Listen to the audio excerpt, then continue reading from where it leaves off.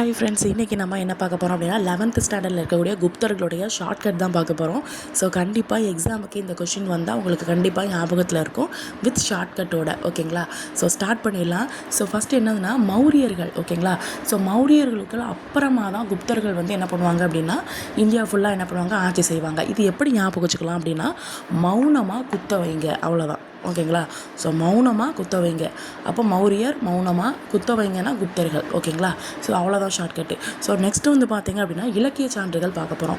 So என்னென்ன நிறைய இலக்கிய சான்றுகள் இருக்குது, அது இதுக்கெலாம் யூஸ் ஆகுது. ஸோ அதை தான் பார்க்க போகிறோம் ஷார்ட்கட்டோட. ஸோ ஃபர்ஸ்ட் வந்து பார்த்திங்க அப்படின்னா தர்ம நூல். ஓகேங்களா?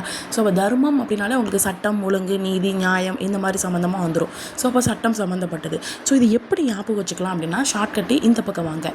ஸோ அதாவது வந்து நாரதர் இருக்கார்ல, நம்ம நாராயண சொல்லுவார்ல. ஸோ அந்த நாரதர் வந்து விஷ்ணு கிட்ட போய் என்ன பண்ணுறாரு அப்படின்னா, எப்பா எனக்கு வந்து தர்மம் வந்து எனக்கு சட்டம் நீதி எனக்கு வேணும்ப்பா, இந்த தர்மம் வழங்கணும்ப்பா, நீதி வழங்கணும்ப்பான்னு சொல்லி கேட்குறாரு. என்ன நீதி கேட்குறாரு அப்படின்னா, இந்த பிரகாஷுங்கிற ஒரு பையனுக்கும் ஸ்மிருதி அப்படின்னா சுருதி ஞாபகம் வச்சுக்கோங்க, வா சுருதி போகலான்னு சொல்லுவாங்களே.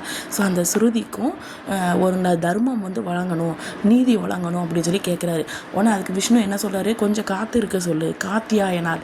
ஸோ என்ன சொல்கிறாரு, காத்து இருக்க சொல்லு அப்படின்னு சொல்கிறாங்க. ஓகேங்களா? இந்த ஸ்டோரி புரிஞ்சுட்டா? அப்போ நாரதர் ஞாபகம் வச்சுக்கோங்க, அவர் நேராக போய் விஷ்ணுகிட்ட போகிறாரு.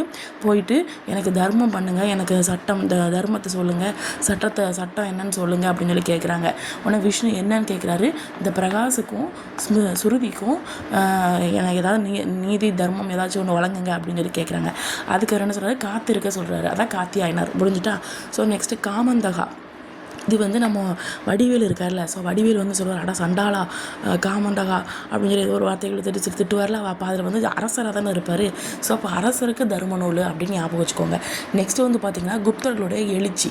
ஸோ இது வந்து பார்த்திங்க அப்படின்னா தேவி சந்திரகுப்தம் முத்ராட்சசம். ஓகேங்களா? குப்தர்கள் இப்போ உட்காந்துருக்கீங்க. ஓகேங்களா? ஸோ உட்காந்துருக்கீங்க, டக்குன்னு நீங்கள் எழுந்திரிச்சிட்டிங்கன்னா என்ன அர்த்தம் அப்படின்னா அங்கே வந்து ஏதோ ஒரு தேவி யாராவது ஒருத்தவங்க வராங்க அப்படின்னு அர்த்தம். ஓகேங்களா? அப்போ தேவி அப்படிங்கிறது ஞாபகம் வச்சுக்கலாம். முத்ராட்சம், அவங்க வந்து முத்ராட்சம் சொல்லுவாங்களே. ஸோ அதை போட்டு வராங்க. அப்போ ஒரு தேவி வந்து முத்ராட்ச மாலை போட்டு வர்றதுனால நீங்கள் என்ன பண்ணுங்க, குத்த வச்சவங்க எழுந்துட்டீங்க. ஓகேங்களா? புரிஞ்சுட்டா? குத்த வச்சவங்க எழுந்துட்டீங்க. ரீசன் என்னதுன்னா அங்கே தேவி வந்து முத்ராட்ச மாலை போட்டு வராங்க.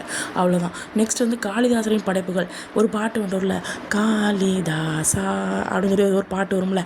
ஸோ கேட்டிருக்கேன், பட் பார்த்ததில்லை. ஓகேங்களா? ஸோ அந்த பாட்டு வந்து எப்படி இருக்கும் அப்படின்னா உங்களுக்கு வந்து பண்பாட்டு பெருமையை வந்து சொல்லுமா. ஓகேங்களா? அந்த பாட்டை கேட்டவுடனே உங்களுக்கு ஒரு பெருமையாக இருக்குமா அப்படின்னு ஞாபகம் வச்சுக்கோங்க. ஓகேங்களா? ஸோ இதான் ஷார்ட்கட்டு.